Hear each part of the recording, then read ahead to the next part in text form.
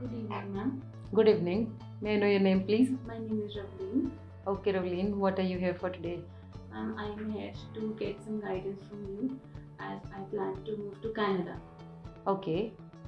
May I know what you're doing right now? I have just completed with my bachelor's in commerce.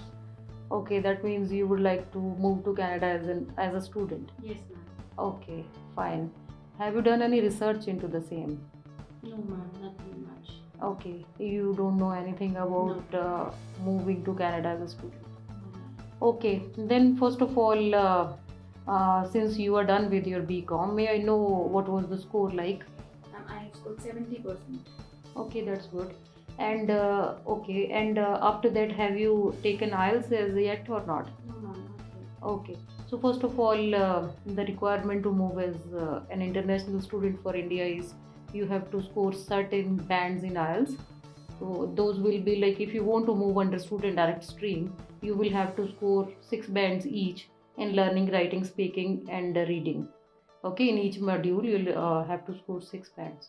Okay. Okay, after that, since your degree is complete, we will find a good course in some college for you, because this is BCom is commerce and business based degree, and there are a number of colleges in Canada in every province which are offering courses related to this.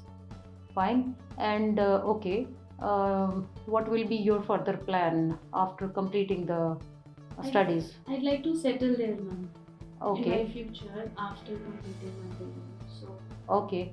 So I would like to tell you something. Canada offers the international students privilege of working while they're studying, and they can work for 20 hours per week while the college is on, and it goes up to 40 hours per week when the college is off, or there are holidays or vacations or whatever. And after you complete your studies, you get a postgraduate work permit. This is an open work permit where you can work for any employer in Canada, in any province, and it depends on the length of your duration of study. For example, you have to study for minimum for 8 months. If you're studying for 8 months, you get a postgraduate work permit for 8 months. If you study for 1 year, it is for 1 year, and if you study for 2 years, it goes up to 3 years. So after getting the postgraduate work permit, during the postgraduate work permit, with the experience you gain, that experience is counted as your Canadian work experience, and the education you get, that is counted as your Canadian education. And then you have number of options after this. If you want to settle in Canada, you get points for your international education, then your Canadian education, and then your Canadian work experience.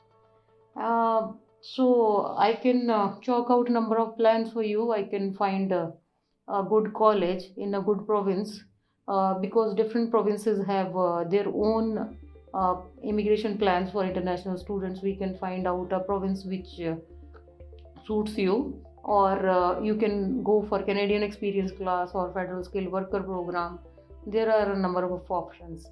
And for student visa, there are a number of other things which you need to take care of.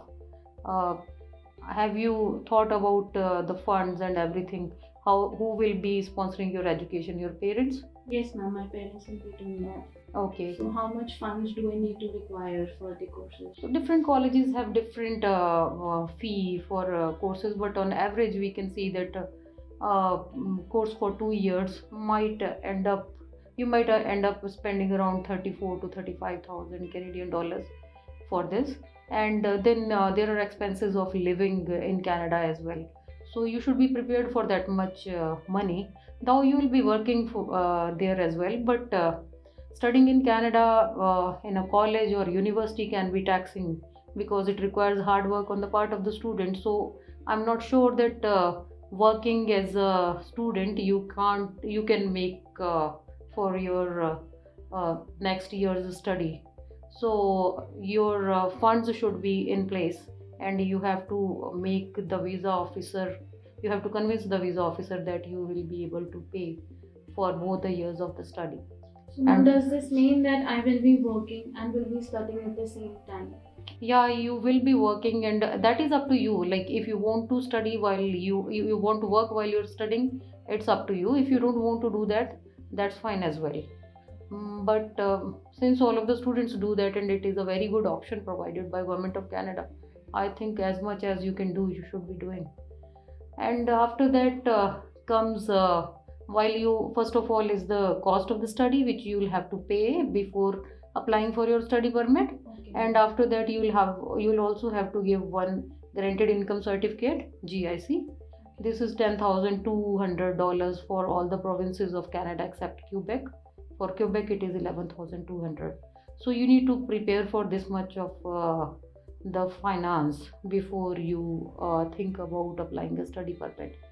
When you're done with all this, then we can make a study permit application for you. In addition to comes admissibility, like you shouldn't be inadmissible on medical or any criminal kind of arts. So admissibility is also an issue. If you are through all that and you prepare everything as I tell you, then there shouldn't be any problem in the study permit. Okay. Okay. Thanks. Okay.